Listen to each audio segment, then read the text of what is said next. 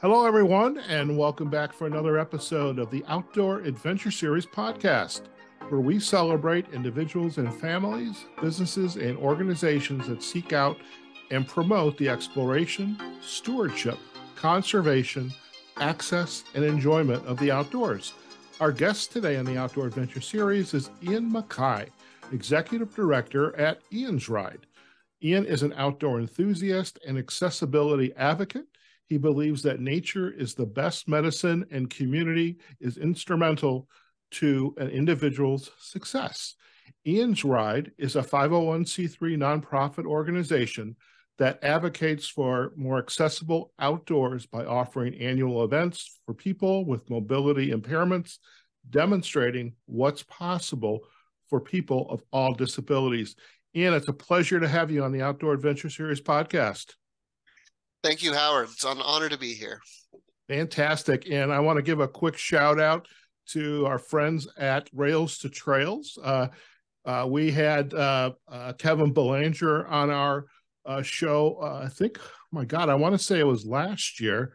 And I know Amy Cap, and I know you know Amy. And it's just been a pleasure to get to know them. And I want to thank Amy for making the introduction for you and I, because I thought this is a great episode and want to talk to you. Yeah, I'm really appreciative of all the work they do because, rail trails are my jam. They're certainly something I can get out and really enjoy.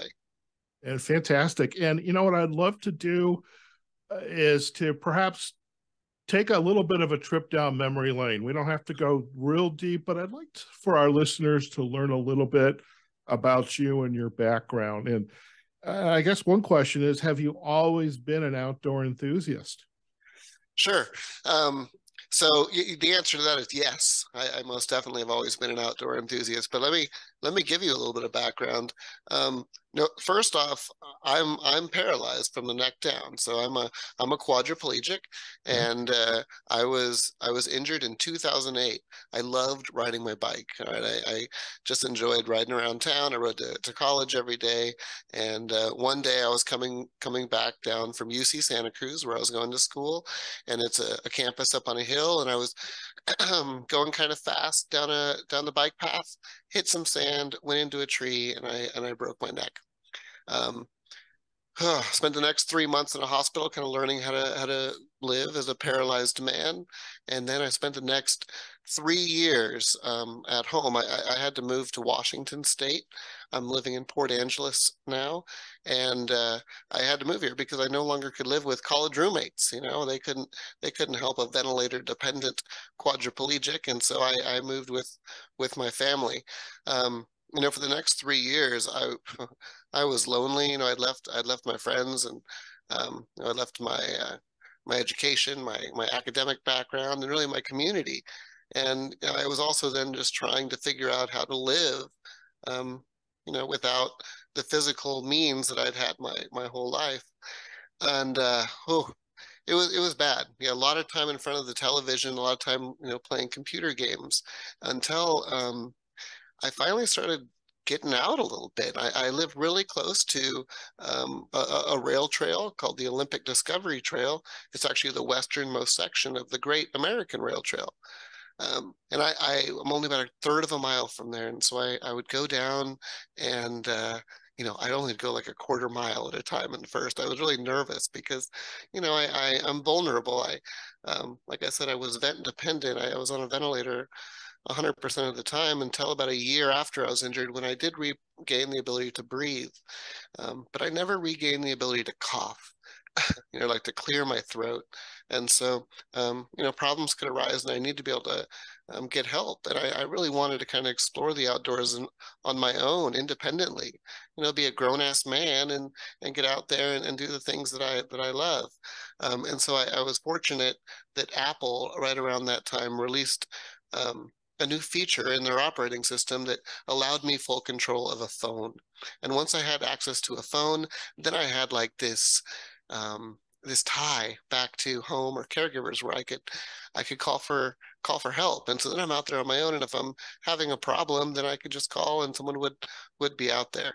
But I soon was going 3, 5, 10, 30 miles a day in my chair and just pushing the limits and seeing how far the batteries would last and how long I could last out there. And, once I'm starting to see the turkey vultures come in the summer up here, or seeing the first crocus bloom, it really brought me back into kind of the biology roots that I was going to school for back in 2008. And ever since then, I've really embraced that outdoors. It's where I found my solace after I was in such a dark space after my injury. Fantastic. And one of the photos that I picked up, I think it was it was somewhere on the website in the blog. It was you and your mom standing. This is prior to the accident, Yeah. in front of your truck. I think you were going to school to be a college instructor, teacher.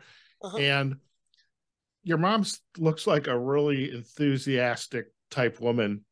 And I'm wondering, did the relationship with family after this injury and knowing that I've got to find some way to get out, I just have this sense is your mom is like, honey, just do whatever you want to do, whatever makes you feel happy. Am I making something up here? But it seems like there's really talk about a role model to have in your life. Sure. Yeah. I mean, family's been huge, and especially in those early years, I had no one else to rely on, and they dropped everything to be with me, and I am extremely fortunate to have them. But I think what they saw at the time, especially those first few years, sure, my mom, but all of my family was not me. It was someone that had really done a 180 and had gone into this introvert space and not spending time outside. And so they encouraged me to find anything that brought me joy, anything that really gave me a reason to wake up in the morning. And yeah, they really pushed that trail, and I said no, I don't want to do it, for years, until I finally did, and I'm thankful that they did. Yeah. And um my mom is also, really loves to get out there, and she has, I think, a streak right now going of almost 2 years of not missing a day outside on her bike or going for a walk. I think it's fantastic. And, obviously coming from the, the, in a background of just being an enthusiast, I mean, you can't help but meet great people who just want to be out there. And that's, you are inspiring to them. It's like, look, and by the way, you inspire me. Your mom now does, because of, the streak. I didn't go out too much over the weekend. And now I'm really, I think I mentioned this when we were doing our discovery call. I need to get out, but I digress on that one. As you started to explore, get out, kind of get to your edge, where your comfort zone was, how did you begin to have this desire to keep going and then to build something that's pretty remarkable? Ian's ride and this initiative, this project that you had, which I want to talk about. But when did this, I don't know, switch start to flip for you? Like, there's something here. Yeah, I think you kind of touched on it there, and you were talking about comfort zone, and in my opinion, life really starts when you're at the edge of that comfort zone, and that's kind of what I found when I first went out to that trail only a quarter mile away and rushed back home just in case something was going to happen. Is I felt like I was kind of pushing my limits, and I continued to do that for years after, and yeah, I just think that we all need a challenge. We all need a goal. We all need targets to aim for, and yeah, and getting out there and it's kind of pushing those limits, and starting the nonprofit, doing some of these really big, adventurous, crazy rides that I've chosen to do. Yeah, for me, they bring me joy. They bring me happiness. They allow me to be more involved with kind of a community, be it the trail community or my friends or family who are out there with me. But just yeah, just being out there and pushing those limits and kind of stretching that comfort zone, is what brings me joy.